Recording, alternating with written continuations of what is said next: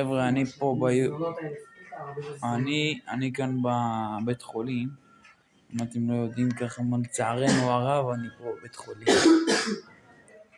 ויש איזה תעסוקה חדשה בבית חולים. בבית חולים אין לך איזה תעסוקה.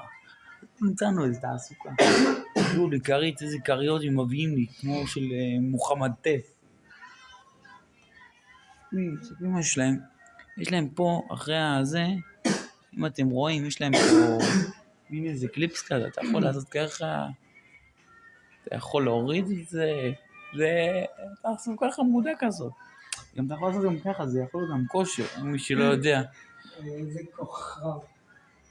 אתה יכול לעשות כושר וזה, אתם יודעים, זה מאמן את הידיים, וזה אימון אישי.